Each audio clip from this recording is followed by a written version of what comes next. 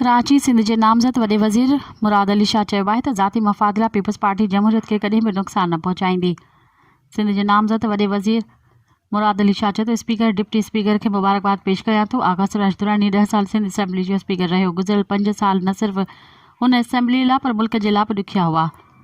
आगा सिराज दुरानी खे जेल में विधो वियो पर हिन पंहिंजा फ़र्ज़ अदा कया। मुराद अली शाह चयो त आगा सिराज दुरानी जो वालिद बि स्पीकर हो, हीउ पाण बि स्पीकर रहियो। असांखे यकीन आहे त नवां चूंडियल स्पीकर सीनियर्स खां सिखंदा। डिप्टी स्पीकर एंथोनी बिजालो आहे, उमेद आहे त सुठो किरदारु अदा कंदो। पाकिस्तान ठाहिण वारी ही असेंबली आहे, सभिनी खे ख़बर हुजणु घुरिजे त सिंध पाकिस्तान आहे। मज़ीद ख़बरनि ऐं तफ़सीलात लाइ विज़िट कयो असांजी वेबसाइट www.awamiNewsHD.com ऐं ॾिसंदा रहो अवामी न्यूज़ HD।